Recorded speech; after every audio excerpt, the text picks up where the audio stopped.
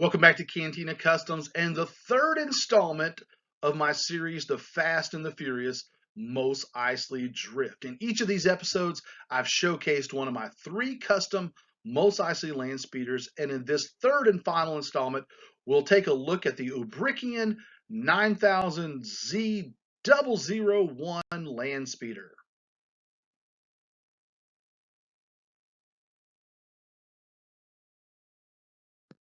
The Ubrickkian Landspeeder was originally spelt with a C double K on the ILM blueprints, but other modern sources drop the letter C and simply spell it with the double K. Now I'm going to guess that either Decipher's customizable card game or one of the West End Games source books is the culprit of the spelling change, whichever one was published first, and then that spelling has just stuck. Of course, the name and designs are an homage to Stanley Kubrick and the escape pods from 2001: A Space Odyssey, hence the name Ubrickkian 9000Z001, which Z001 looks similar to the number 2001. The Ubrickkian speeder appears twice in A New Hope, the special edition. The first one is parked in front of the GR-75 medium transport when the ASP-7 droid smashes the little smaller probe droid. And then the second one is sitting in front and center of the entrance to the Cantina. The added Ubrickkian speeder in the special edition appears to be a mirror image of the speeder in front of the Cantina with a slightly different logo between the window ports. The Ubrickkian speeder also appears in one of the Sunday morning comic strips, the West End Games role-playing game book, and the Decipher's customizable card game. The original ILM blueprints showed two different antenna pieces on the top, as does the West End Games illustration. However, the actual photo shoot images appear to have more of an umbrella frame or a periscope designed antenna.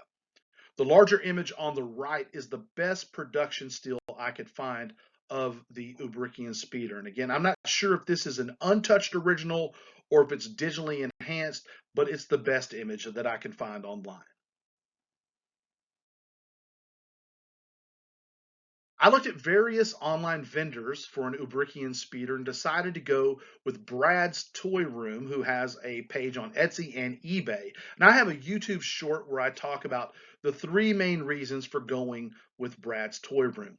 This was before I met Lolly and Pop Studio. Otherwise, I probably would have just found an STL file and had them print me one.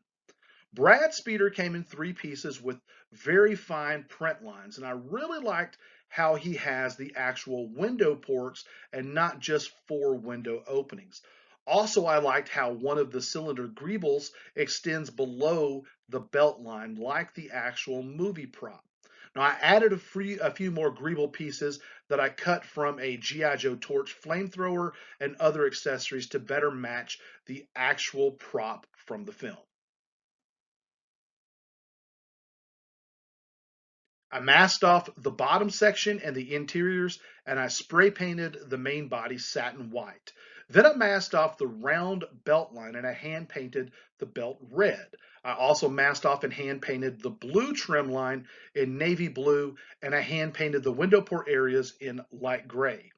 I made my own custom logos and I glued them between the window ports, and then I dry brushed some silver weathering in different areas to make it look like some paint chips, and then I added various weathering techniques all around and topped it off with a wash in oiled earth.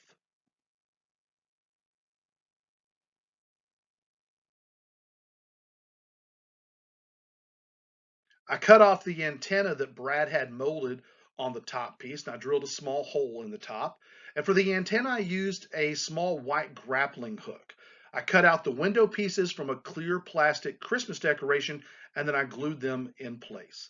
Overall, I love the size of this Ubrickkian speeder versus other ones that I've seen that look more like a Kenner mini rig. The inside has a detailed cockpit that can sit one figure, but once again, like with the other STL files, the seat is slightly too high, which does not allow the lid to sit properly when placing a figure inside. I mean, I had to remove Greedo's head in order for the lid to fit all the way. I could probably Dremel away part of the ceiling from the lid, but it would be better if the cockpit seating was just lower. This would also allow you to see the character's face through the window port. Like the other speeders, this is going to be more of just a glorified diorama prop that will sit in front of my HasLab Cantina.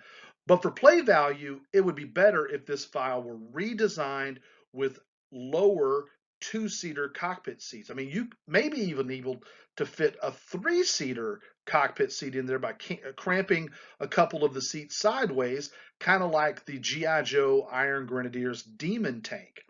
Either way, this design would definitely benefit from a redesigned cockpit. Now, I've seen some STL files for a highly detailed Ubrickkian speeder for 6-inch Black Series figures, and that could probably be scaled down for 4-inch figures. So if you're interested in printing one of these for yourself, you may want to compare files for the best design. But from the outside looks, I love this design the best, especially the way the window ports look on this design.